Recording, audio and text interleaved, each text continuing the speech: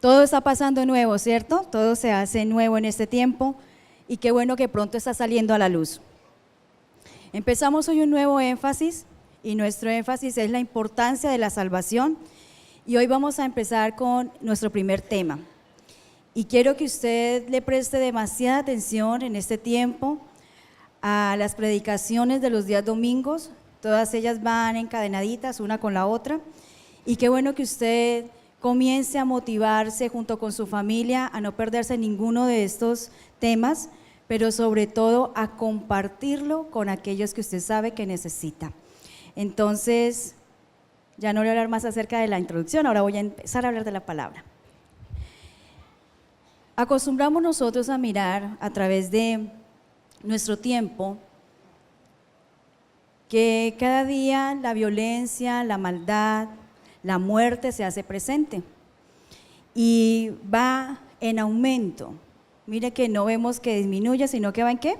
En aumento.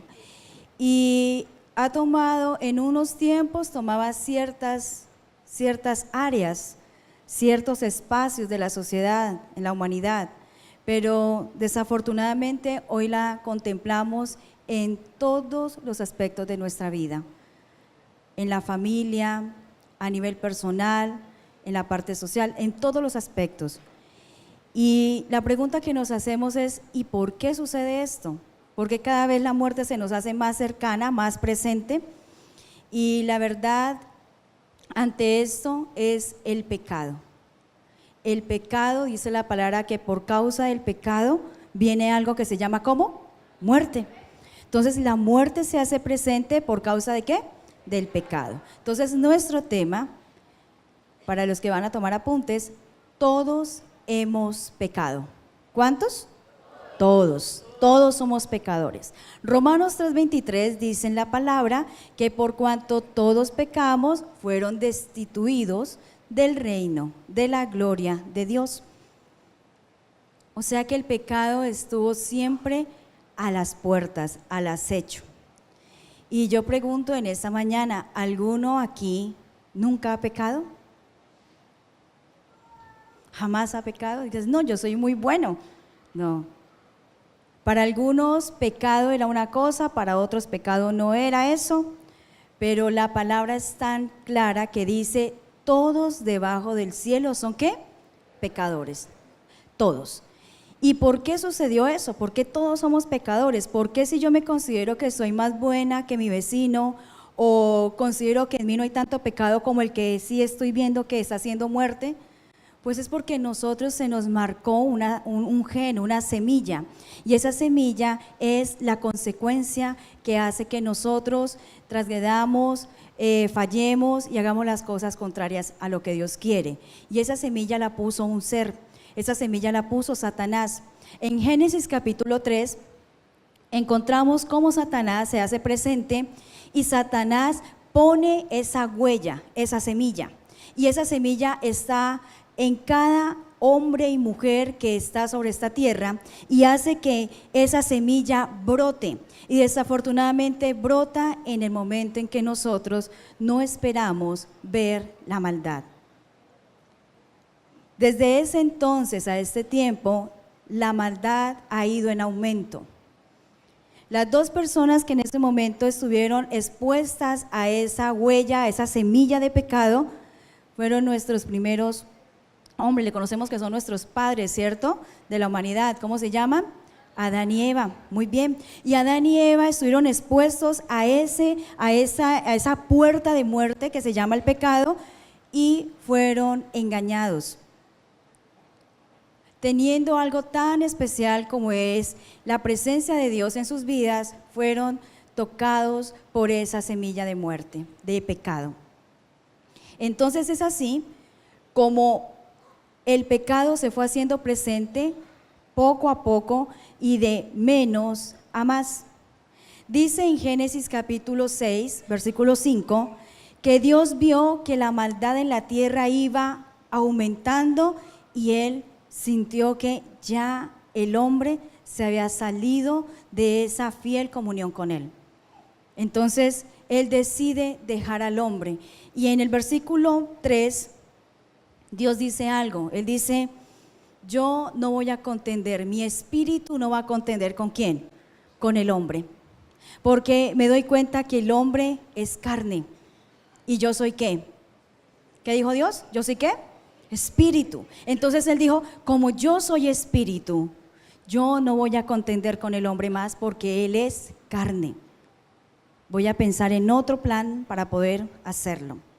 Entonces, desde ese momento en que Adán y Eva fueron afectados por esa semilla de muerte, al tiempo que estamos hoy, el pecado ha ido aumentando y se hace cada vez más y más presentes. Yo le hago esa pregunta, ¿usted alrededor de su vida ve pecado? ¿Cuántos dicen que sí? ¿Sí ven pecado? Bueno, pues en el transcurso de nuestra reflexión, yo quiero que usted piense en qué papel está jugando usted, cómo se siente usted viendo el pecado alrededor suyo. ¿Conoce usted a Dios en su vida para hacer algo que marque diferencia a lo que está hoy pasando alrededor suyo? Porque quiero decirle algo en esta mañana, el pecado ha traído efectos, ha traído consecuencias, y quiero decirle que ninguna positiva, todas negativas. El pecado ha traído consecuencias, efectos en la vida del hombre que desafortunadamente, digo yo, todas son negativas. Y como le estoy dando a conocer en esta mañana esta noticia, que el pecado no tiene nada agradable, no es nada favorable, no es nada positivo en su vida, entonces comencemos a pensar, yo necesito encontrar en mi vida cuánto pecado hay. Pero para que usted comience a tener esa experiencia, yo tengo que empezar hablándole por algo muy especial. Y es que el pecado crea algo en la vida suya y mía. Y es que el pecado rompe, destruye, daña la comunión con Dios. Entonces, ese es nuestro primer punto para nosotros hablar en esta mañana. El pecado daña mi comunicación, ¿con quién? Con Dios. Quiero que piense por un momento en lo que vivían Adán y Eva en ese paraíso, en ese lugar en donde Dios se hacía presente. Ellos hablaban con Dios, lo veían, lo conocían, se sentían cercanos a Él y era una relación muy agradable. Ellos se sentían con Dios que realmente estaba palpable a la vista de ellos. El hombre y Dios tenían una intimidad tan estrecha que Dios se sentía muy feliz de haber hecho al hombre. Y también el hombre se sentía bien al saber que tenía a alguien que estaba muy atento de lo que le pasaba. ¿O ustedes creen que no es así? ¿Sabe por qué yo pienso que Dios sí estaba muy atento a lo que le pasaba al corazón y a la vida del hombre? Porque hizo un acto especial. Dice que Dios vio el semblante del hombre. ¿Cómo se llamaba ese hombre? Adán. Y dijo, bueno, ¿y por qué Adán está como triste, como de un semblante, como que no está alegre? Y Dios se dio cuenta en el corazón de Adán que estaba triste porque le hacía falta, ¿qué? Compañía. Y entonces, ¿a quién le hizo? A esa preciosa Eva. Entonces, esa comunión, ese espacio de intimidad del hombre con Dios hacía que Dios pudiera suplir las cosas para el hombre sin necesidad que él se las pidiera. Sencillamente era una ¿qué? Una mutua integración de los dos. Voy a hacer un alto para contarles algo. Estaba hablando con un número de jóvenes y me decían ellos, la verdad, nosotros creemos que Dios no es poderoso y Dios no, es más, no existe. ¿Por qué a Dios le ha quedado grande acabar con el diablo? ¿Por qué Dios no hace algo tan sencillo que coger al diablo y destruirlo y ya? Y nos quita el problema de encima. ¿Será que eso es lo que hay en el corazón del hombre? ¿Ustedes qué me dicen? ¿Será que realmente y genuinamente en este tiempo el hombre estará diciendo, ay, por favor, quíteme al diablo de encima? No, porque hay alguien que es padre del pecado. ¿Y cómo se llama? Satanás. Él fue el que puso la información de pecado en nosotros. Y créanme que como esa raíz está ahí, esa información está metida dentro de nosotros, por eso nadie se siente cansado de pecar. Y eso pasó en ese momento. Adán podía tener una tranquilidad de recibir de Dios las cosas porque había una estrecha ¿qué? Comunión, una unidad. Pero ¿qué hizo el pecado? ¿Qué hizo el fallar? Rompió la comunión con Dios. Y esa comunión, al romperse, hizo que entonces Dios dejara de frecuentar ese lugar llamado el huerto. Dice la palabra que no hay comunión entre la luz y ¿qué más? Y las tinieblas. Y eso sucedió allí. Y allí quiero hablarles ahora algo importante de lo que el hombre vive cuando está en pecado. Pierde la comunión con Dios, pero Dios pasa algo con él. Él deja de frecuentar ese huerto. O sea que donde está el hombre, ya Dios no puede hacerse tan visible porque hay algo que predomina en el hombre. ¿Y cómo se llama? Pecado. En el versículo 8 de Génesis, vemos cómo allí, y si usted quiere ir a Génesis, lo puede ir a hacer. Vemos cómo allí el hombre comienza a sentir que ya no se hace presente Dios en medio de su vida. Yo estoy yendo al 8 y dice, mire lo que pasa allí, versículo 8. Y oyeron la voz ¿de quién? De Dios, que se paseaba en el huerto al aire del día, y Adán y su esposa, ¿qué hicieron? Se escondieron de la presencia de Jehová, Dios, entre los árboles del huerto.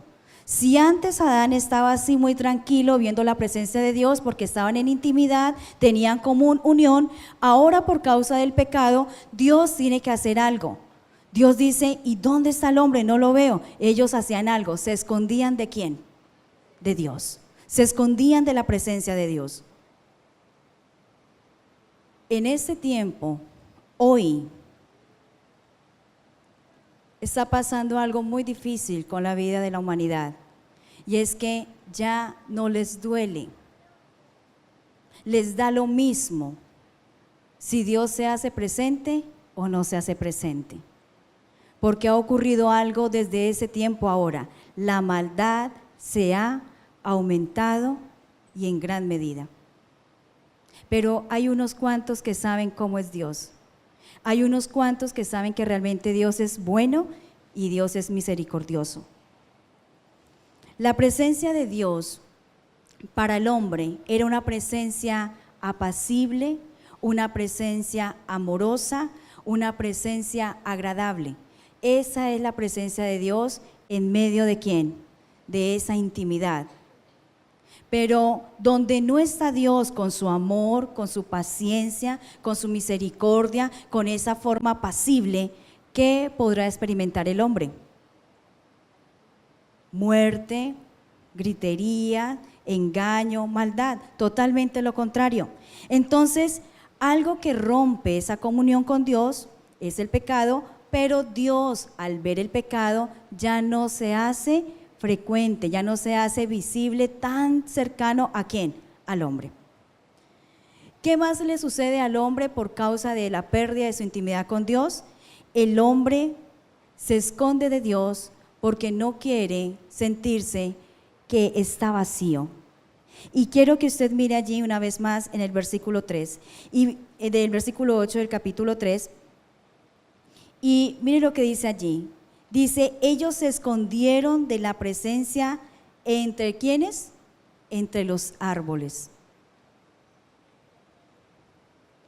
Cuando viene ese tiempo para Adán y para Eva de ahuyentarse, de irse de la presencia de Dios, ellos comienzan a sentir que hay algo que los acusa, que ya en la familiaridad, que ya ese buen trato, esa buena comunicación se ha perdido. Ya se perdió algo muy hermoso y se llama ¿qué? Amistad. Para entender un poco lo que sucede allí con la experiencia de Adán y Eva al esconderse delante de Dios, lo podemos ver con lo que Jesús le hace vivir a unos hombres que estaban en un momento de juicio ante una mujer pecadora. Si usted quiere ir a Juan capítulo 8, solamente los que quieran tomar allí la referencia, yo les voy a contar qué pasa allí. Vemos el relato de que hay una mujer que está cometiendo pecado y es la mujer adúltera.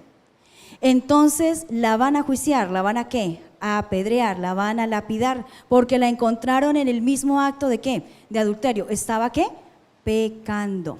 Entonces unos hombres fueron y dijeron, nosotros lo vamos a ¿qué? Lo vamos a matar a ella. Entonces Jesús, que es ¿quién? Dios, ¿cierto? Los mira y les dice, el que esté libre de pecado, el que esté limpio de pecado, el que no tenga la huella de pecado, la información, el gen de pecado, entonces coja la piedra y se la tira a la mujer. Pero, ¿podrá la palabra contradecirse? No, dice que debajo del cielo todos somos ¿qué? Pecadores. Cuando Jesús hace esa apreciación y dice, si hay alguno aquí que no tenga la huella de pecado, la simiente de pecado, láncele la piedra. Y cuando él mira, dice, ¿y dónde están los que te iban a juiciar? Ella dice, no. Pero Jesús dice algo, yo tampoco te condeno, vete y no peques más. Cuando la presencia de Dios se hace allí visible, el pecado hace que nosotros hagamos algo. No corramos a Él, sino que nos escondamos ¿de quién? De Él. Porque Él es justo, porque Dios es limpio. Entonces, todo lo que es una acción que le ofende a Dios, que hace que esa vida del hombre se llene de inmoralidad, de maldad, de engaño, de muerte, hace que se oculte, esas acciones hace que se oculten de la presencia de ¿quién? De Dios. ¿Qué libertad tenemos hoy en día de poder ir a verlo, conocerlo y hacernos amigos de Dios? Y en este punto en el que voy a entrar voy a hacer mucho énfasis, voy a pararme allí mucho a hablar de esta palabra. Porque algo que hace el perder la comunión con Dios, no solamente es el no verlo frecuente cerca a la vida mía, del hombre, no es simplemente el esconderse de su presencia, sino que genera algo en el hombre. La pérdida de la comunicación con Dios, ese es otro punto, hace que el hombre descubra su desnudez. ¿Qué pasa con el hombre? Descubre que está ¿qué? Desnudo. En el versículo 10 del mismo capítulo de Génesis 3, el hombre se da cuenta de algo que antes no se había dado cuenta, y es que se da cuenta que ahora está ¿qué? Está desnudo. Dice que estaban escondidos detrás de unos árboles, y dice en el versículo 9, y llamó Dios ¿a quién? A Adán, y le dijo, ¿dónde estás? Yo no te veo, Adán. Y él respondió, oí tu voz en el huerto, porque la voz de Dios para Adán era ¿qué? Familiar. ¿Cuántos aquí tienen bien adiestrado el oído a la voz del esposo, de la esposa, de los papás? ¿Cierto? Uno sabe cuándo llama a alguien, ni se tiene que identificar. Eso le pasaba a Adán. Adán dijo, yo sabía que era usted, Dios, que me estaba llamando. Por eso me escondí.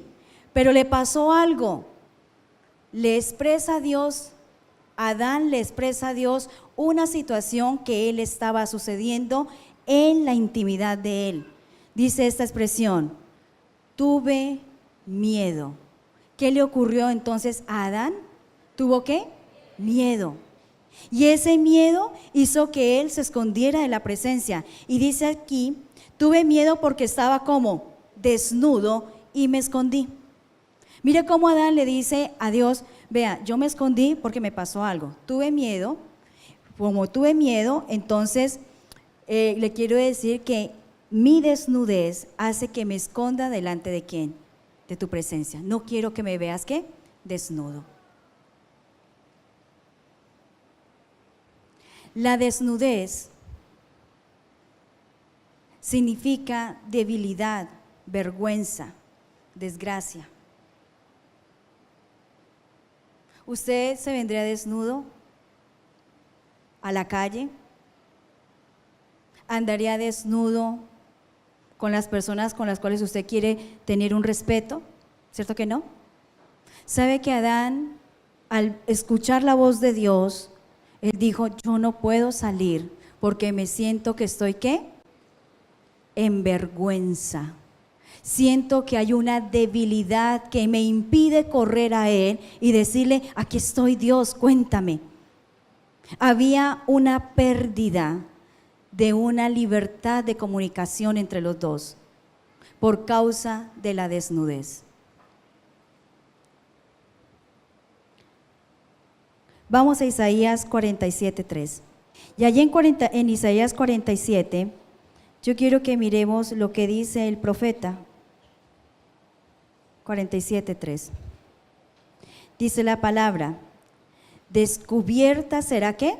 Tu desnudez y tu vergüenza será vista, y tomaré tu vergüenza y no te encontraré como hombre.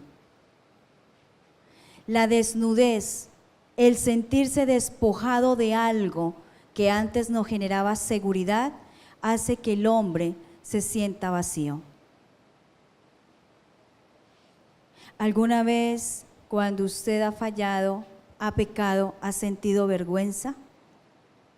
¿Se ha sentido desnudo? ¿Ha sentido que delante de esa persona que usted le falló no tiene la misma libertad para hablar, para entrar en comunicación? Si eso usted lo ha sentido, quiero decirle algo, son los efectos del pecado.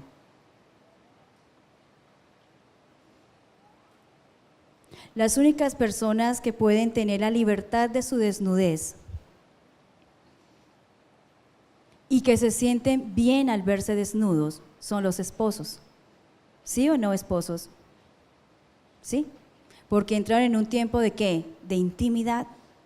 Pero si esa intimidad del matrimonio, de los esposos, es quebrantado por algo que se llama adulterio, sencillamente comienza a sentir el uno vergüenza hacia quién, hacia el otro. Por eso, para que usted entienda lo que significa el amor de Dios hacia el hombre, Dios dejó establecido una unidad, una alianza en la tierra y se llama ¿qué? Matrimonio. Si usted quiere entender un poquito lo que Adán y Eva vivían en el huerto, cásense. Pero ¿sin qué?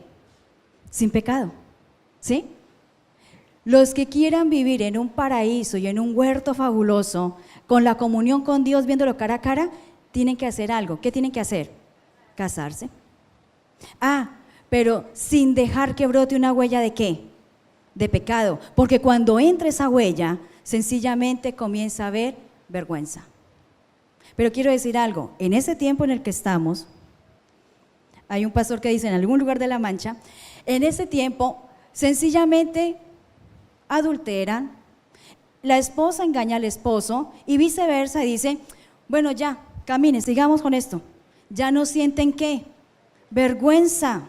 Y el pecado sigue y sigue y sigue en ese matrimonio y le añaden más cosas y dicen, pero nos amamos.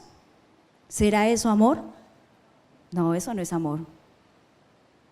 Yo veo un Dios que dice algo ahí en Génesis capítulo 6. Dijo, no va a contender más mi espíritu con el hombre, porque he dado cuenta que el hombre es ¿qué? Carne. Y por la causa de la carne es que me falla.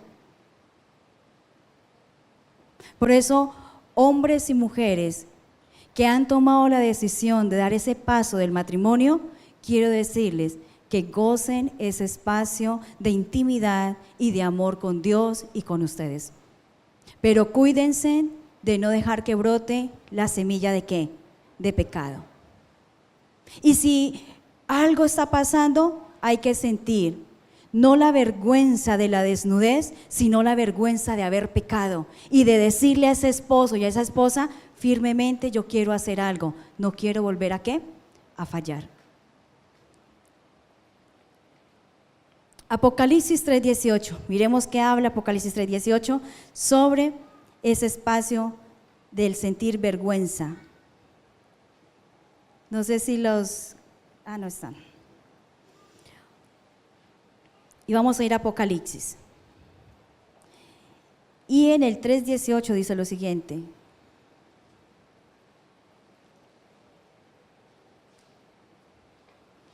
Dice, yo te aconsejo que de mí compres oro refinado en fuego para que seas rico, y vestiduras ¿qué? Blancas, para que seas cubierto y no se descubra la vergüenza de tu desnudez, y unge tus ojos con colirios para que puedas ¿qué? Para que puedas ver, para que veas. Nosotros experimentamos como una consecuencia, un efecto del pecado, el sentirnos desnudos, en desgracia y en debilidad delante de Dios. Yo hago una pregunta en esta mañana a cada uno de ustedes. ¿Han experimentado debilidad en sus vidas? ¿Han experimentado vergüenza? ¿Se han sentido ustedes que están en desgracia? Quiero decirles algo, es consecuencia del pecado.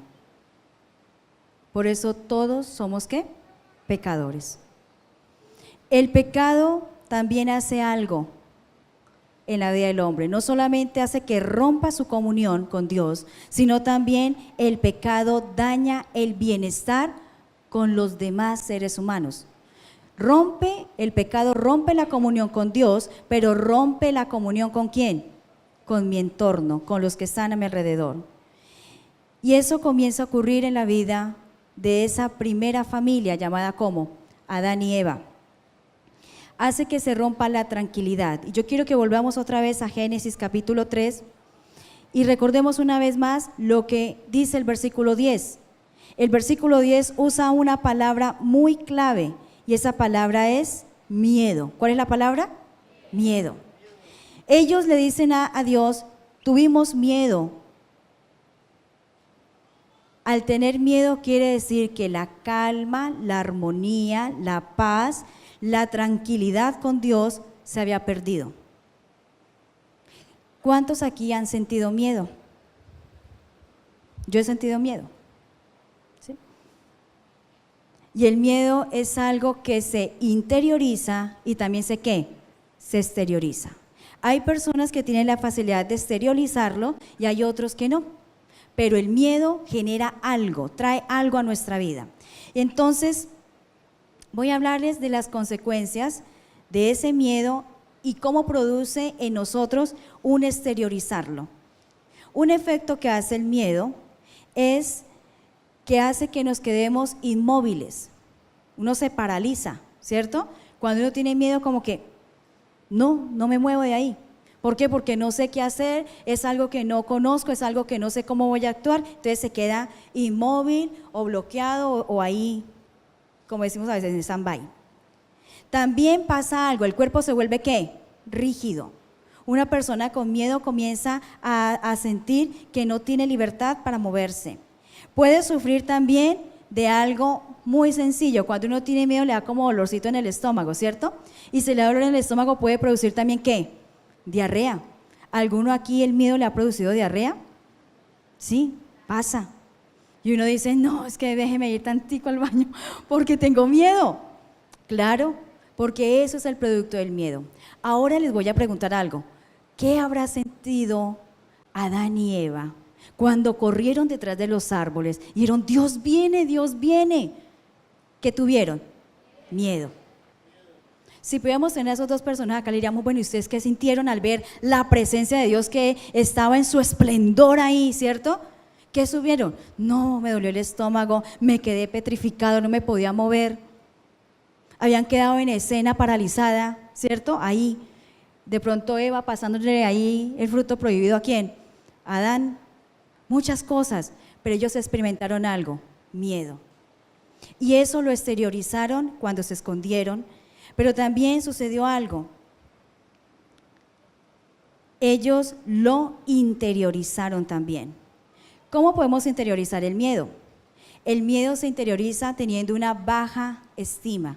Se baja nuestra ¿qué? Nuestra autoestima. También pasa cuando nosotros comenzamos a sentir depresión, angustia, preocupación. Todo eso genera ¿qué? El miedo. Para entender un poco cómo el miedo actúa en nosotros, yo voy a tomar la vida de Saúl. Dice que Saúl tuvo miedo al ver allí que estaba en la batalla, y él tuvo miedo y se quedó como quieto. Y eso hizo que él tuviera que conquistar esa tierra prometida. Al sentir ese miedo, dice que él sintió cómo venía esa situación y él no sabía qué obrar, qué actuar. O sea que como que lo acobarda a uno el miedo, ¿cierto? ¿Alguna vez usted ha sentido miedo? ¿Ha sentido que ese miedo le produce algo que lo paraliza? ¿Que hace que usted desista de estar en ese lugar donde cada vez que recuerda ese miedo, usted siente esa sensación? Pero no solamente el miedo daña la tranquilidad, no solamente daña nuestra comunicación con las personas, sino que el miedo también trae dolor. ¿Qué trae el miedo? Dolor. Ese dolor hace que nosotros vivamos entonces una situación de necesidad, el dolor de pérdida, el dolor de saber que ya no tengo lo que antes tenía. Imaginémonos algo, Adán caminando diciendo, siempre a esta hora venía a hablarme, podía correr con libertad a él. Adán comenzó a sentir mucha tristeza, mucho dolor, porque algo que tenía sencillamente lo había ¿qué? Lo había perdido. ¿Qué pasa con el dolor? El dolor hace que nosotros vivamos la pérdida de privilegios. Y si usted va conmigo allí en Génesis versículo 16 del mismo capítulo del 3, vemos cómo ese miedo se transforma, esa pérdida de la comunicación con Dios se transforma entonces ahora en algo que comenzamos a entregarle a los que nos rodean. A la mujer le dijo, multiplicará ¿en qué? En gran manera tu ¿qué? Tus dolores y tus preñeces, y con dolor darás ¿a qué? A luz, y los hijos y tu deseo será ¿para quién? Para tu marido. Y al hombre también le dice algo, y por cuanto obedeciste a la voz ¿de quién? De tu esposa, y comiste del árbol del que te mandó diciendo no comeréis de él, maldita será la tierra por tu causa, ¿y con qué? Y con dolor comerás ¿qué? De ellos todos los días de tu vida. O sea que ese dolor afectó ¿a quién? A Eva, y afectó también ¿a quién? A Adán. A la mujer el dolor de tener ¿su qué? Sus hijos. Y a Adán el dolor de poder hacer que esa tierra, trabajarla, hacer que produzca y comer de esa tierra. Así les tocaba al inicio de todo lo que tenía Dios proyectado para ellos. ¿Ese era el plan que Dios tenía con el hombre y con la mujer? No. ¿Quién dañó todo ese plan? El pecado. El pecado dañó. Por eso ese dolor hoy se hace presente. Por eso ese dolor se está filtrando en medio del hombre, porque está como algo que Dios dijo, esa es la consecuencia por causa de ¿qué? De haber pecado. Hoy hay una enfermedad muy conocida en medio de la sociedad y se llama ¿qué? Estrés, ¿cierto? Y ese estrés produce también dolores en el cuerpo, porque las personas comienzan a tener un dolor en el cuello, comienzan a tener problemas en sus articulaciones. ¿Por qué? Porque es tanto el trabajo, el estrés, que comienza a dolerles aún sus carnes. ¿Todo por causa de qué? De haber pecado. Nosotros teníamos otro plan para vivir, pero por causa del pecado debemos de estar viviendo y experimentando ¿qué? Dolor. Ese dolor ha traído mucha muerte. Por eso la pérdida de esa comunión con Dios trae para el hombre una dificultad de su socialización con su entorno, y eso trae desintegración. Y como tercer punto, de ese segundo punto del pecado, daña el bienestar de la humanidad. El pecado trajo de la desintegración familiar y trajo la muerte. Dice la palabra, ahí mismo donde estamos nosotros mirando, en el capítulo 4 de Génesis, que sucedió una muerte en medio de esa familia.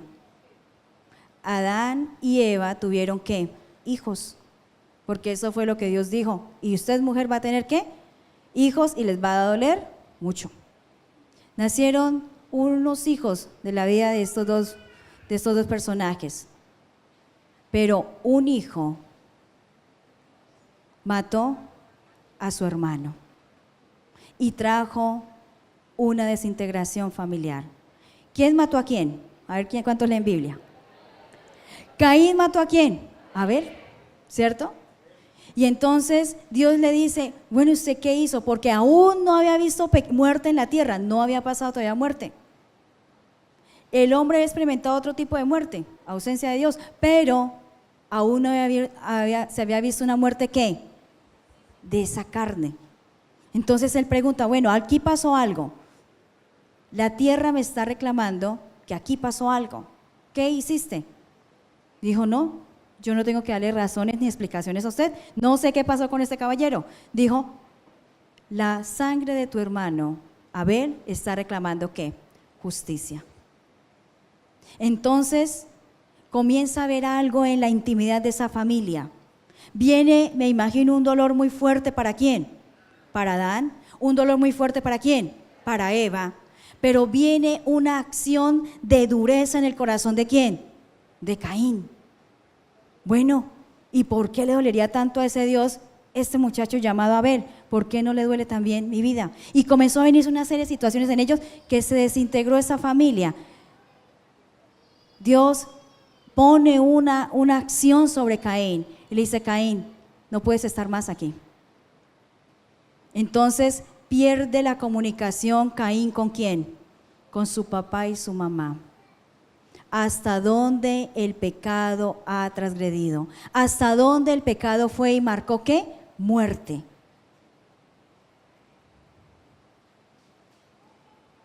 ¿Usted ha experimentado por causa del pecado desintegración familiar? Por causa de esa situación de egoísmo, de mentira, de engaño, ¿alguien de su familia se ha alejado de usted? ¿O alguien sencillamente le dijo, no estoy más en esta casa, me voy? Por causa del pecado, algún hijo, alguien muy amado por usted, se fue de la casa y en ese momento usted no sabe dónde está. Pero de pronto no queremos reconocer que la culpa no fue el muchacho, que la culpa no fue usted, sino que falta reconocer que todos hemos ¿qué? Pecado.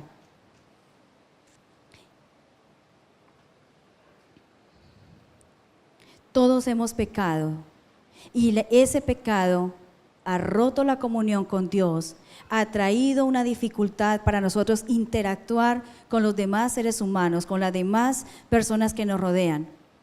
Pero yo quiero ahora que usted piense en algo muy importante, y es que Dios está pensando en nuestras vidas.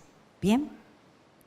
Y yo invito al pastor Libardo que pase acá, y mientras él viene yo quiero decirles algo. Cierre sus ojos un momento.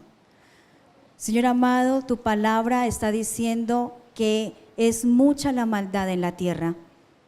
Señor, queremos reconocer que el pecado ha roto nuestra comunión contigo, y ese pecado ha hecho que nos cueste y se nos dificulte hablar con libertad contigo como Padre, oh Dios. Pero también reconocemos, oh Dios, que ese pecado no solamente ha dañado la comunicación con mi Padre, sino que ese pecado ha dañado el poder interactuar, el poder socializar, el poder estar con los que me rodean. Hoy reconozco que he pecado, reconozco que aún conociendo a Dios y viviendo de Él, tengo pecado en mi vida y necesito que tú me hables, Señor.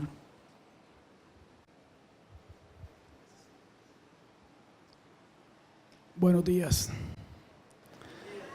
¿Cómo han estado? Bueno, en tercer lugar, este sermón tiene 3 puntos. Ya la pastora expuso 2. Cómo el pecado daña la comunión. El segundo, cómo el pecado desintegra la familia y trae la muerte. El tercer punto lo voy a exponer y se llama: el pecado daña la salvación. El énfasis que les anunciamos tiene que ver con la salvación, la importancia de la salvación. Génesis, el capítulo 3, los versículos 23 y 24, dicen que Dios sacó al hombre del huerto, lo echó del huerto. El huerto representa el cielo, o en ese caso el estado de la salvación. La razón por la que Dios sacó al hombre del huerto fue por el pecado. Dios trajo al huerto, según el versículo 24, querubines, léalo ahí, y colocó querubines en el huerto.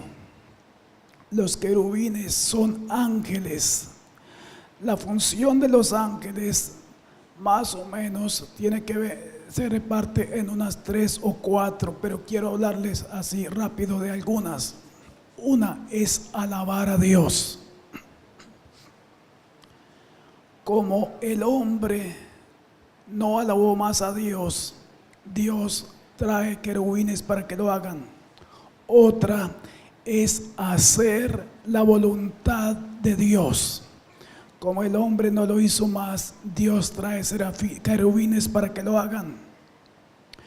Esos querubines también se representan más tarde, cuando Dios le ordenó a Moisés hacer el arca del pacto. El arca en su tapa tenía 2 querubines en esta posición, con su rostro hacia los pies y sus alas encontrándose con las del otro querubín. Esto representaba entonces que el gobierno de Dios no era una imagen para adorar, pero estaba representando la autoridad de Dios y estaba representando también la posición de Dios frente a la anarquía. Ustedes conocen acerca de la anarquía, como las personas a veces desde temprana edad no quieren aceptar la autoridad. Dios dejó clara su posición con esa figura de querubines en el Edén y en el huerto, y en el arca.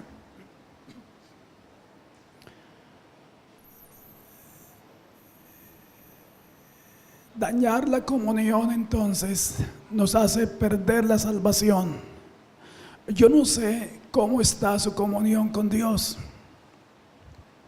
Usted que dice, bueno, yo he pecado, pero lo he hecho a escondidas, nadie sabe, así que no hay problema. Yo quiero decirle, Dios sabe. Y Dios determina quién entra al cielo y quién no entra. Jesús dijo en Mateo 24, el capítulo 24 y el verso número 13: el que persevere hasta el fin, ese será salvo. Yo quiero dejarles a ustedes una propuesta.